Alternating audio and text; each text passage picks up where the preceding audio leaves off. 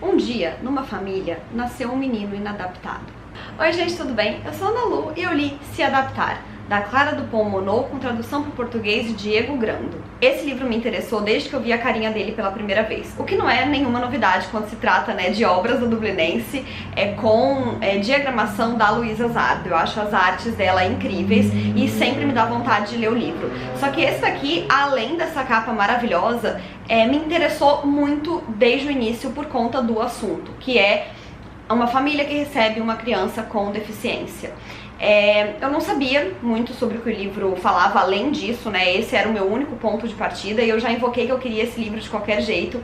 Aí, pra ajudar, teve uma feira, acho que Primavera Literária é o nome, de editoras independentes aqui no Rio de Janeiro, e daí eu fui, claro, na banquinha da Dublinense pegar essa obra em mãos, porque eu precisava comprar esse livro e ler ele de uma vez.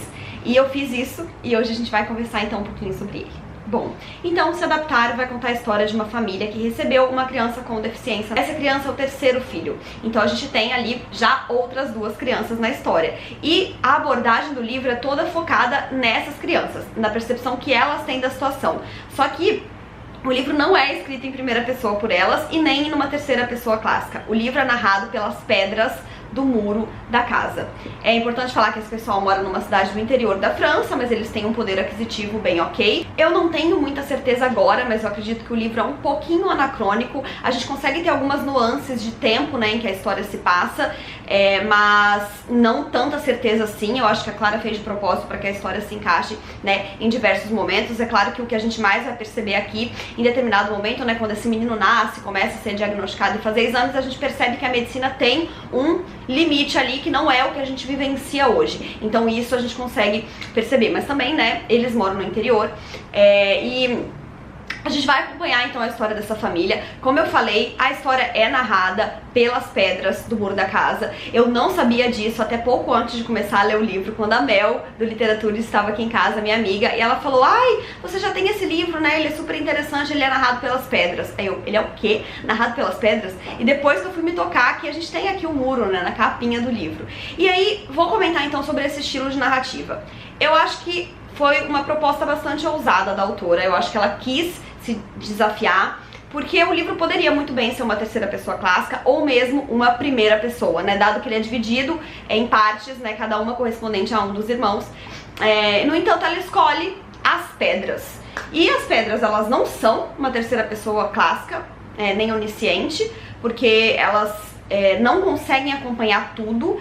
A vivência delas ali, o que elas têm pra narrar é um tanto limitado, mas ao mesmo tempo elas têm muito mais relação com aquelas pessoas ali do que teria uma terceira pessoa onisciente. Ela tá próxima da família, ela se relaciona com essa família de alguma maneira, mesmo que limitada. E eu amei que as pedras são existencialistas. De vez ou outra elas ficam refletindo sobre o que é ser uma pedra, elas refletem sobre a vida, refletem sobre as crianças, elas falam sobre como as crianças veem as pedras e, enfim, os objetos em geral de maneira completamente diferente dos adultos. Elas falam que elas preferem observar as crianças porque as crianças dão atenção pra elas, as crianças com elas conseguem criar vida, então criam personagens, enfim. Ela traz aí essa pegada.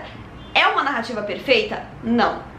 Eu li esse livro, inclusive, e participei de um clube de leitura da Dublinense, o Clube Dubli, e várias pessoas estavam comentando sobre isso, tem horas que a autora se perde, ela se perde até nos limites que ela coloca nessa narrativa, porque em determinado momento as pedras não tinham como saber de nada que se passava fora da casa, porque afinal elas estão ali no muro, mas de repente elas sabiam algumas coisas com detalhes que tinham se passado em consultas médicas, e não deixava explicado muito bem que as pessoas tinham comentado sobre aquilo. Ela se perde um pouco, mas eu acho que no fim das contas ela mais acerta do que erra, e eu acho que essa proposta faz mais bem do que mal ao livro, então eu dou um pontinho aí a ela por isso. Enfim, quem são essas pessoas? A gente tem os pais que estão ali tendo esse terceiro filho, que a Clara aqui coloca como inadaptado. Eu achei muito interessante esse termo, eu nunca tinha ouvido falar nele, e enfim, eu tenho que confiar que o tradutor fez um bom trabalho aqui ao colocar um termo muito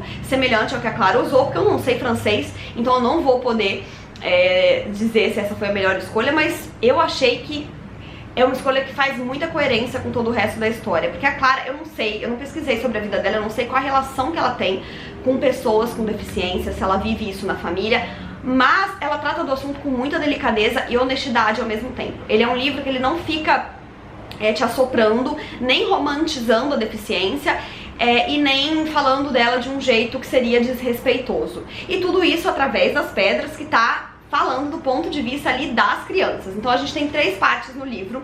Eu olhei várias vezes pra saber se a terceira parte não seria spoiler, mas não, porque diz aqui, a gente tem 3 irmãos, né, sobre os quais o foco dessa história vai girar. Por quê? Porque os pais vão ter sim um filho mais novo depois dessa criança inadaptada, que também vai viver essa história de uma outra forma, né? Então os 2 primeiros são as pessoas que estão ali já, que recebem essa criança e que veem tudo mudar dentro de casa.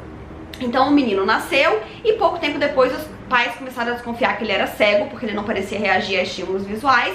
E aí, de consulta em consulta, enfim, eles descobriram que ele tinha muitas outras limitações. Ele era uma criança severamente deficiente, que não conseguia se mexer direito, não enxergava, ouvia muito pouquinho. Então era uma criança bem inadaptada, como a Clara coloca.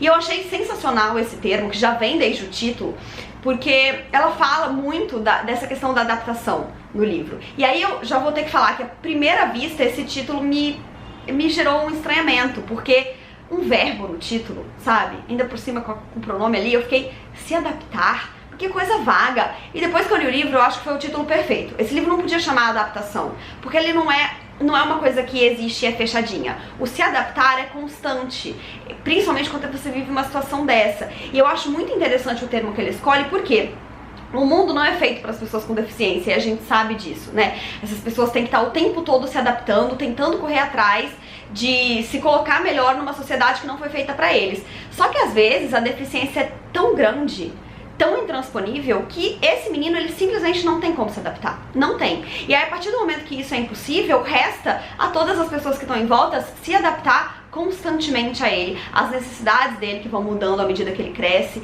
E eu acho isso muito bonito. Eu acho realmente que ela fez a escolha de palavra perfeita. E eu acho também que através disso, né, de forma muito leve, como ela coloca essa discussão, por meio de crianças, por meio de pedras, como eu falei, sem transformar numa pauta coletiva e panfletária, ela mostra o quanto a gente vive numa sociedade capacitista e que não tá preparada para lidar com pessoas diferentes, né?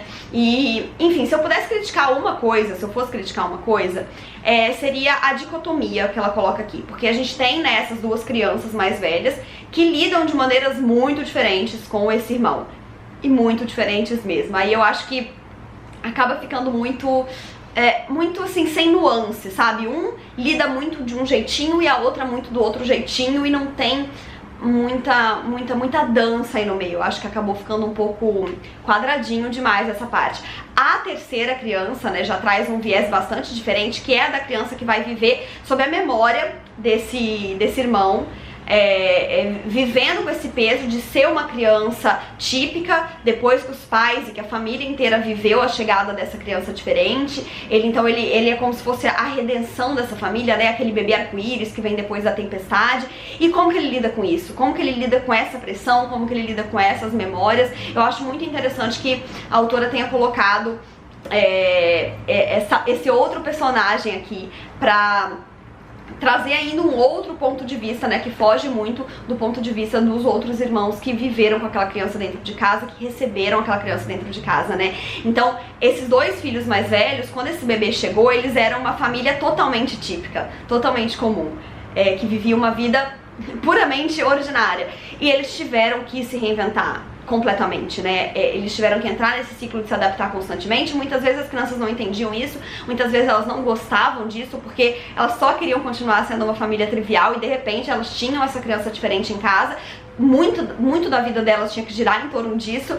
E já a outra criança, ela já chega nesse cenário, ela não tem muita escolha, ela não sabe o que é uma família sem que essa história exista, né, sem que essa carga exista. Então eu achei bastante interessante que a autora trouxe também esse viés.